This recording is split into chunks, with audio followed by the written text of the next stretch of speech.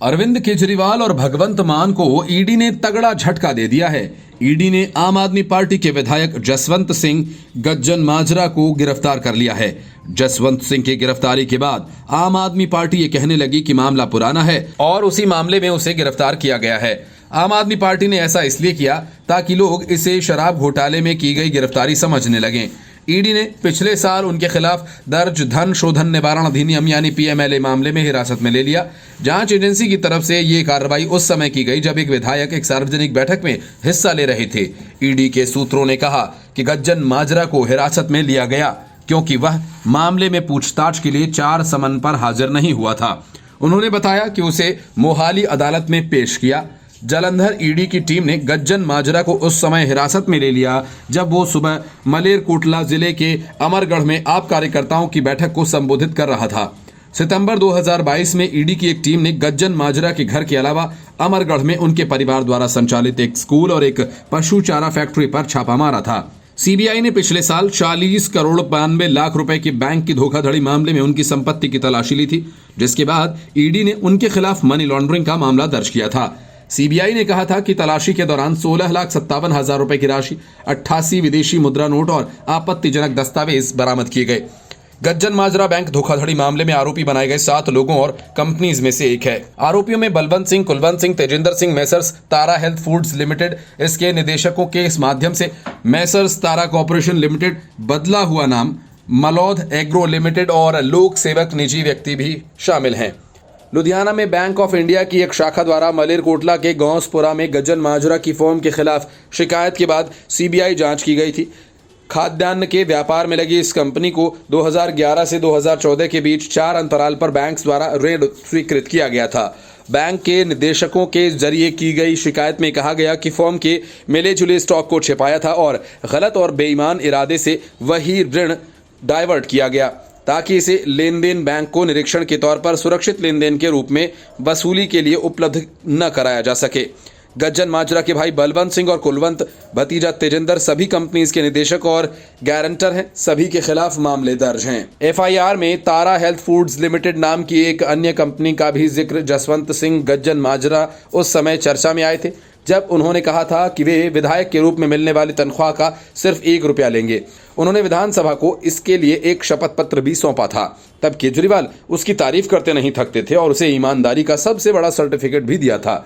दिल्ली की तरह पंजाब में भी आम आदमी पार्टी के नेताओं की मुश्किलें बढ़ गई हैं। हाल ही में मोहाली से विधायक कुलवंत सिंह के ठिकानों पर ईडी ने रेड की थी। विधायक कुलवंत सिंह के घर और सेक्टर 82 स्थित ऑफिस पर ईडी की रेड पड़ी थी। इसके तार दिल्ली शराब घोटाला मामले से जुड़े बताए गए थे। Kulwant Singh real estate company जनता लैंड प्रोमोटर्स लिमिटेड के मालिक हैं और पंजाब के सबसे अमीर विधायक हैं। अब ईडी ने जसवंत सिंह गज्जन माजरा पर एक्शन ले लिया है। Bureau report, news of India.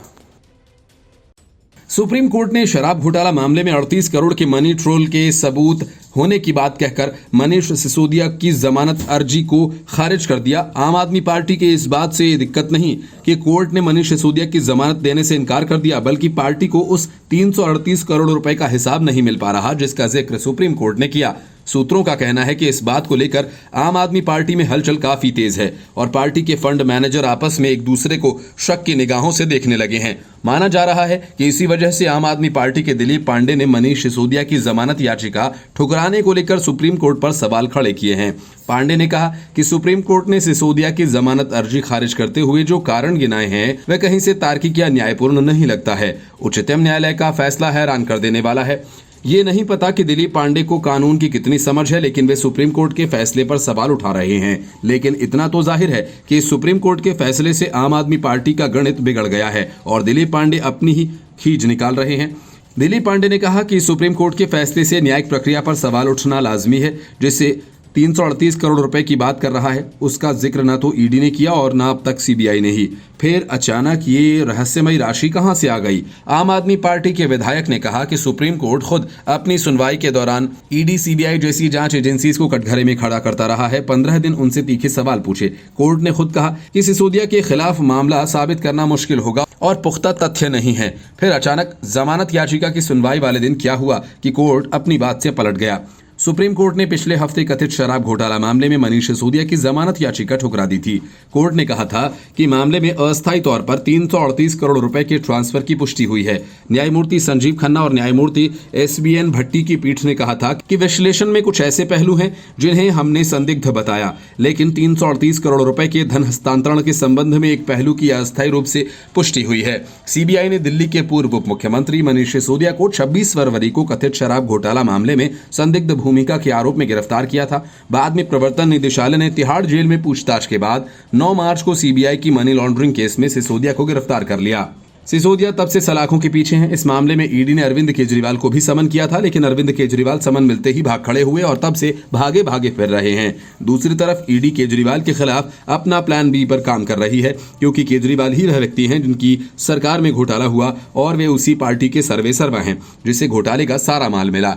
इसलिए शराब घोटाला मामले की सबसे बड़ी अहम कड़ी अरविंद केजरीवाल ही हैं, जो आज नहीं तो कल ईडी की गिरफ्त में होंगे और माना जा रहा है कि वो दिन अब ज्यादा दूर नहीं है। Bureau report, news of India. प्रवर्तन निदेशालय यानी ईडी ने एक बयान जारी कर कांग्रेस और खास तौर पर छत्तीसगढ़ में तहलका मचा दिया। इसके बाद महादेव बुकर और भूपेश बघेल सीधे सीधे ईडी के घेरे में आ गए। मामला चुनावी मौसम में प्रचार के लिए धन उगाही का है, जिसमें अब तक करीब 508 करोड़ रुपए की अवैध वसूली भूपेश बघेल की तरफ से की गई। ये वसूली महादेव बैटिंग ऐप को पुलिस प्रोटेक्शन देने के नाम पर की गई। ऐसा नहीं है कि उन्हें सुरक्षा नहीं मिली, पूरी सुरक्षा मिली और पुलिस के नाक के नीचे छत्तीसगढ़ में सट्टेबाजी का खेल बदस्तूर जारी रहा। मुर्गी सोने के अंडे देने वाली थी, इसलिए बघेल ने उसके मालिक को चुपके से दुबई खिसक जाने के लिए सलाह दे डाली और वह दुबई भाग गया। ईडी के इस बयान ने छत्तीसगढ़ में चुनावी माहौल के बीच सियासी संग्राम छेड़ दिया है। महादेव सट्टेबाजी ऐप का मामला पिछले कुछ महीनों में लगातार चर्चा का विषय बना रहा और इस मामले में पहले बॉलीवुड के सितारे घेरे में आए थे और अब कई राजनीतिक नेताओं के भी तार जोड़े जा रहे हैं। छत्तीसगढ़ के सीएम का नाम सामने आने के बाद ही बीजेपी भी कांग्रेस पर निशाना साधने का एक भी मौका नहीं छोड़ रही है। 2 दिन पहले ही दुर्ग में चुनावी रैली के दौरान पीएम मोदी ने महादेव बैटिंग ऐप का जिक्र कर भूपेश बघेल और कांग्रेस पर हमला बोल दिया था। अब केंद्र सरकार ने महादेव सट्टेबाजी ऐप पर प्रतिबंध भी लगा दिया है। दरअसल प्रवर्तन निदेशालय की सिफारिश पर सूचना प्रौद्योगिकी मंत्रालय ने महादेव बुक और रेड्डी अन्ना प्रिस्टो प्रो सहित कुल 22 अवैध सट्टेबाजी ऐप्स और वेबसाइट्स को ब्लॉक करने का आदेश जारी किया है। ईडी ने दावा किया कि 2 नवंबर को रायपुर में महादेव बैटिंग ऐप से जुड़े एक कैश कुरियर से 5 करोड़ 39 लाख रुपए कैश जब्त किया गया है। ये पैसा कांग्रेस के चुनाव अभियान के लिए था और विशेष रूप से मुख्यमंत्री भूपेश बघेल के लिए। जांच एजेंसी ये भी आरोप लगा चुकी है कि छत्तीसगढ़ के सीएम बघेल को ऐप प्रमोटर से अब तक 500 करोड़ से ज्यादा मिल चुके हैं। हालांकि सीएम ने इन आरोपों को सिरे से खारिज कर दिया है। सीएम बघेल ने कहा कि मुझे बदनाम करने के लिए ऐसा किया जा रहा है। केंद्र सरकार ने प्रवर्तन निदेशालय के आग्रह पर महादेव सट्टेबाजी ऐप पर प्रतिबंध लगाया। इलेक्ट्रॉनिक और सूचना प्रौद्योगिकी मंत्रालय यानी MEITY ने महादेव बुक और रेड्डी अन्ना प्रिस्टो प्रो सहित 22 अवैध सट्टेबाजी ऐप को और वेबसाइट्स के खिलाफ ब्लॉकिंग का आदेश जारी किया। ये कार्रवाई अवैध सट्टेबाजी ऐप सिंडिकेट के खिलाफ ईडी की ओर से की गई जांच और उसके बाद छत्तीसगढ़ में महादेव बुक पर छापेमारी के बाद की गई। इसमें ऐप के गैर कानूनी संचालन का खुलासा भी हुआ है। छत्तीसगढ़ पुलिस बल में एक कांस्टेबल के रूप में कार्यरत आरोपी भीम सिंह यादव और असीम दास को हिरासत में लिया गया था। उनको मनी लॉन्ड्रिंग के अपराध के लिए धन शोधन निवारण अधिनियम की धारा 19 के तहत गिरफ्तार किया गया है। केंद्रीय कौशल विकास और उद्यमिता और इलेक्ट्रॉनिक और सूचना प्रौद्योगिकी राज्य मंत्री ने कहा कि छत्तीसगढ़ सरकार के पास IT अधिनियम की धारा 69 के तहत वेबसाइट ऐप को बंद करने की सिफारिश करने की पूरी शक्ति थी। हालांकि उन्होंने ऐसा नहीं किया और ऐसा कोई अनुरोध नहीं किया। सरकार पिछले 1.5 सालों से इसकी जांच कर रही है। वास्तव में ईडी से पहला और एकमात्र अनुरोध प्राप्त हुआ है और इस पर कार्रवाई की गई है। छत्तीसगढ़ सरकार को इस तरह के अनुरोध करने में कोई नहीं रोक सकता था। भूपेश बघेल के खिलाफ महादेव ऐप मामले में केंद्रीय जांच एजेंसी ईडी जांच कर रही है। ईडी ने ऐप प्रमोटर्स की ओर से सीएम को 508 करोड़ रुपए से ज्यादा के भुगतान की बात भी कही थी। इस मामले पर कांग्रेस ने चुनावी प्रचार के दौरान राज्य में सुरक्षा की जिम्मेदारी संभाल रही केंद्रीय सुरक्षा एजेंसी CRPF पर भी सवाल खड़े किए थे। Bureau report, news of India. Delhi शराब घोटाला मामले में ईडी के पास अरविंद केजरीवाल के खिलाफ जो सबूत हैं, उसका अंदाजा केजरीवाल को भी है। यही वजह है कि केजरीवाल ईडी के समन पर उसके सामने पेश नहीं हुए। लेकिन केजरीवाल को इस बात का भी अंदाजा है कि ईडी कभी भी उन्हें गिरफ्तार कर सकती है। यही वजह है कि गिरफ्तारी से पहले केजरीवाल अपने सारे कील कांटे दुरुस्त करने के चक्कर में हैं। गिरफ्तारी के बाद पार्टी में भगदड़ न मचे, इसके लिए विधायकों को भरोसे में लेना जरूरी है।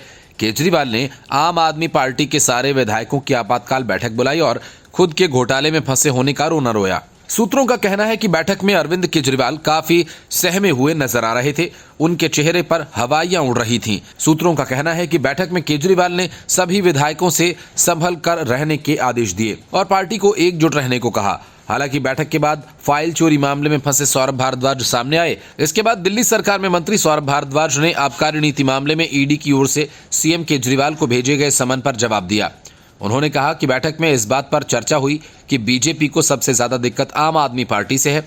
जितने मुकदमे आपके विधायकों और मंत्रियों पर हुए और जिस तरीके से अब सीएम अरविंद केजरीवाल को गिरफ्तार करने की तैयारी की जा रही है, उससे साफ है कि बीजेपी को उनसे डर लगता है।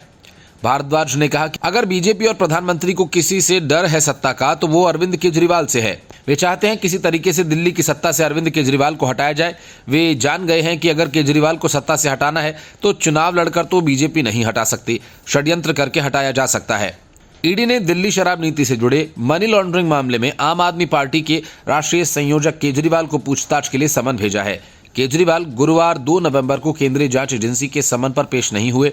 केजरीवाल ने पत्र लिखकर ईडी के समन को वापस लेने की मांग करते हुए कहा कि ये राजनीति से प्रेरित है।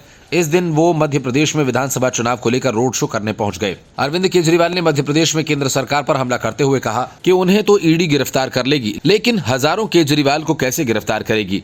हजारों केजरीवाल की सोच वाले लोगों को ईडी कैसे गिरफ्तार करेगी? उन्होंने हरियाणा के रोहतक में भी कहा कि आप मुझे गिरफ्तार करें, मोदी जी मुझे गोली मार दें, केजरीवाल मर जाएगा, लेकिन नींद में भी आपको मेरी आवाज़ सुनाई देगी और मेरी आवाज़ आपके कानों में गूंजेगी, आपको शांति से सोने नहीं देगी। ईडी का आरोप है कि दिल्ली आबकारी नीति में शराब व्यापारियों को फायदा पहुंचाने के लिए कथित तौर पर रिश्वत ली गई। वहीं इस आरोप को आम आदमी पार्टी खारिज करते हुए कह रही है कि ये सब राजनीतिक बदले की भावना के तहत किया जा रहा है। इसका पलटवार करते हुए बीजेपी कह रही है कि जांच एजेंसी अपना काम कर रही है।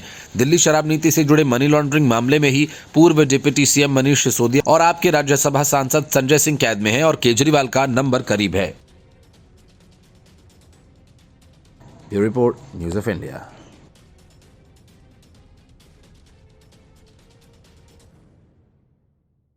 कहने को तो अरविंद केजरीवाल और कांग्रेस दोनों ही विपक्षी गठबंधन में शामिल हैं, लेकिन कांग्रेस को नीचा दिखाने का केजरीवाल कोई मौका नहीं छोड़ रहे हैं।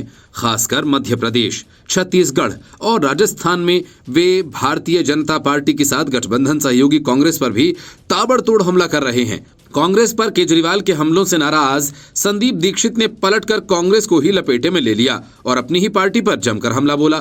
अरविंद केजरीवाल के साथ गठबंधन का विरोध करने वाले संदीप दीक्षित ने एक बार फिर केजरीवाल की वफादारी पर सवाल उठाए। उन्होंने यहां तक कहा कि कांग्रेस गठबंधन के लालच में अपने सम्मान को भी नहीं बचा पा रही और लगातार अपमानित होकर केजरीवाल के आगे पीछे चक्कर लगा रही है। पार्टी के इसी दोहरी नीति से संदीप दीक्षित आहत हैं। असल में अरविंद केजरीवाल ने छत्तीसगढ़ में पंजाब के मुख्यमंत्री भगवंत मान के साथ रोड शो करते हुए भाजपा और कांग्रेस को एक साथ लपेटा। उन्होंने कहा कि दिल्ली में पहले भी 2 पार्टियां थी, दोनों पार्टियों ने गदर मचा रखा था। दोनों पार्टियों में सेटिंग थी कि 5 साल तुम लूटो, 5 साल हम लूटेंगे। जनता दुखी थी, लेकिन विकल्प नहीं था। एक बार इससे नाराज होते तो एक बार दूसरे को वोट देते थे। फिर ऊपर वाले ने चमत्कार किया और एक नई पार्टी आ गई, आम आदमी पार्टी, ईमानदार पार्टी, कट्टर देशभक्तों की पार्टी। एक बार दिल्ली की जनता ने तय कर लिया कि इन दोनों पार्टियों को हराओ और आम आदमी पार्टी को वोट दो। केजरीवाल के इस बयान को लेकर संदीप दीक्षित ने बताया कि अब मेरी कांग्रेस पार्टी को एहसास होगा कि इस दोगले की वफादारी का आत्मसम्मान से बढ़कर कुछ नहीं होता। इससे पहले ईडी के समन को देखकर भाग खड़े हुए केजरीवाल पर संदीप दीक्षित ने तीखी टिप्पणी की थी। संदीप दीक्षित ने कहा था कि इस मामले में केजरीवाल भगोड़े की तरह भागते हुए दिखाई दे रहे हैं। संदीप दीक्षित ने कहा कि ईडी शराब घोटाला में कार्रवाई कर रही है और इस मामले में सुप्रीम कोर्ट ने भी कहा था कि इसमें आम आदमी पार्टी भी लाभार्थी दिख रही है, इसलिए उसका भी नाम शामिल किया जाना चाहिए। और सबसे बड़ी बात, सुप्रीम कोर्ट ने कहा कि 338 करोड़ के मनी ट्रोल के सबूत हैं। संदीप दीक्षित ने कहा कि दिल्ली शराब नीति में बदलाव का फैसला सरकार ने लिया है। यहाँ का बच्चा बच्चा जानता है कि अरविंद केजरीवाल की सहमति के बिना सरकार में कोई परिंदा भी पर नहीं मार सकता, फिर चाहे वह किसी फैसले पर दस्तखत करें या न करें। उन्होंने कहा कि केजरीवाल आम आदमी पार्टी के भी सर्वे सर्वा हैं और दिल्ली सरकार के भी मुखिया हैं और अब इस मामले में पार्टी और सरकार पर जांच हो रही है।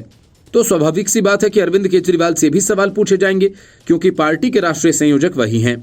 संदीप दीक्षित ने कहा कि इस मामले में केजरीवाल भगोड़े की तरह दिख रहे हैं। उन्होंने ईडी को जो पत्र लिखा है उसमें उन्होंने कहा कि मामले में कोई तथ्य नहीं है। कांग्रेस नेता ने कहा कि जांच में तथ्य तय करने वाले केजरीवाल कौन होते हैं। उन्होंने कहा कि केजरीवाल को जांच का सामना करना चाहिए, लोगों को भूलना नहीं चाहिए। ये वही केजरीवाल हैं जिन्होंने अन्ना आंदोलन के समय कहा था कि सरकार के किसी मंत्री पर भ्रष्टाचार का संदेह होते ही जांच शुरू की जानी चाहिए। आज ये खुद ही जांच से छिपते फिर रहे हैं, भागते फिर रहे हैं। अरविंद केजरीवाल ने चिट्ठी लिखते हुए कहा कि ईडी का नोटिस गैरकानूनी और राजनीति से प्रेरित है। इस नोटिस को बीजेपी के कहने पर भेजा गया। केजरीवाल ने आरोप लगाया कि उन्हें नोटिस इसलिए भेजा गया ताकि वे चुनावी राज्यों में चुनाव प्रचार न कर पाएं। Bureau report, news of India. सोने का अंडा देने वाली मुर्गी की जबरदस्त पहचान भूपेश बघेल को है, इसलिए पहली मुलाकात में ही महादेव सट्टा ऐप के मालिक शुभम सोनी को उन्होंने ताड़ लिया और फिर कैश फॉर प्रोटेक्शन का खेल शुरू हो गया, जिसका आंकड़ा अब तक 508 करोड़ तक जा पहुंचा है। इतना ही नहीं, भूपेश बघेल इस दौरान कई बार शुभम सोनी को झटके भी देते रहे ताकि ज्यादा से ज्यादा वसूली की जा सके। लेकिन भूपेश बघेल सोने की इस खान को हमेशा के लिए बचाकर रखना चाहते थे, इसलिए जांच एजेंसीज की नजर से बचाकर इसे दुबई जाने के लिए कह दिया। शुभम सोनी दुबई पहुंचा और उसके बाद उसका काम तेजी से बढ़ता ही गया। ये सारी बातें किसी और ने नहीं बल्कि खुद शुभम सोनी ने कही, जिससे भूपेश बघेल ने सैकड़ों करोड़ सुरक्षा देने के नाम पर वसूले। शुभम सोनी ने कहा कि वे भूपेश बघेल के कहने पर ही दुबई गया था। उसने कहा कि उसकी मुलाकात सीएम भूपेश बघेल से कराई गई थी। उसने कहा कि बघेल ने मुझे कहा दुबई जाओ, काम बढ़ाओ। शुभम सोनी ने यह भी दावा किया कि अब तक वो 508 करोड़ रुपए दे चुका है, फिर भी उसे दिक्कत हो रही है। सोशल मीडिया पर एक वीडियो में आरोपी कहता दिख रहा है कि मैं शुभम सोनी बोल रहा हूं, मैं महादेव बुक का ओनर हूं। इसके बाद वो डॉक्यूमेंट्स दिखाता है और आगे कहता है कि महादेव बुक का ओनर मैं ही हूं। आपको डॉक्यूमेंट दिखा दिया मैंने, 2021 में इसको मैंने चालू किया था और ये पूरे डॉक्यूमेंट्स हैं। शख्स आगे कहता है मेरा गैम्बलिंग का काम बहुत अच्छे से चलने लगा था फिर भिलाई में, और ये तो बहुत ही छोटे से काम से चालू हुआ था और उसके बाद धीरे धीरे ये काम बढ़ता गया। उसके बाद हमारी लाइफस्टाइल चेंज हो गई क्योंकि पैसा बहुत आ गया तो नोटिस सब करने लगे, जो आसपास लोग रहते थे वो नोटिस करने लगे। धीरे धीरे बात ऊपर तक गई, फिर कंप्लेंट वगैरह होने लगी। फिर ऐसा हुआ प्रोटेक्शन की बहुत ज़रूरत थी क्योंकि लड़के भी अंदर हो रहे थे कुछ। उसने कहा कि उसके बाद मुझे पता चला कि वर्मा जी के बारे में मैंने फिर उनसे मीटिंग की, फिर मुझे समझ लो हफ्ता वसूली वाला काम चालू हो गया। अब हर महीने मैंने उसको 10 लाख रुपए देना चालू कर दिया। उसके कुछ दिन बाद ऐसा हुआ कि हमारे लड़के भी अंदर हुए, अब वो छूट नहीं रहे। वापस तो मैं वर्मा जी को फोन लगाया कि सर अभी कैसे हो गया, आपको तो मैं पैसा भी दे रहा हूं, उसके बाद भी लड़के अंदर हो रहे हैं। तो वर्मा जी उसे रायपुर ले गए और सीएम सर और बिट्टू भैया से उसकी मुलाकात कराई। उसने कहा कि जैसे कि मेरी मीटिंग हुई थी सीएम साहब से, तो उन्होंने बोला था कि दुबई जाओ, काम बढ़ाओ, मीटिंग करो। मैं वहां गया, मीटिंग की, दुबई में लोगों से मिला, 2 लोगों के साथ मेरा वहां बिजनेस सेट हो गया और अच्छा खासा काम चलने लगा। सब कुछ ओके चलने लगा जैसे ही सीएम साहब बोले थे, सब बढ़िया हो गया। आरोपी ने कहा कि एक बात बता रहा हूं आपको, हमारे सीएम साहब की एक आदत है बघेल जी की, वो कुछ दिनों में पलटी मार देते हैं और ऐसा मेरे साथ हुआ है। जब उन्होंने मुझे दुबई भेजा, वहां जाकर अपना काम सेटल करो, लोगों से मिलो, तो मैं गया, मिला भी और मेरा काम बहुत अच्छे से सेट हो गया। उसने कहा कि दिक्कत फिर आने लगी। उसने वर्मा जी से संपर्क किया, फिर वह गिरीश तिवारी ने उसे उस समय एसपी प्रशांत अग्रवाल से मीटिंग कराई। प्रशांत अग्रवाल जी से जब मेरी मीटिंग हुई उसके बाद से मैं 508 करोड़ रुपए दे चुका हूं। हमारे बघेल साहब, बिट्टू भैया और उनके जो लोग हैं उनको मैंने 508 करोड़ रुपए दिए। उसके बाद भी मेरा काम नहीं हो रहा है। जबरदस्ती मेरी ऊपर ईडी की कार्रवाई चालू हो गई। आरोपी ने कहा कि वो भारत जाना चाहता है लेकिन डर लगता है।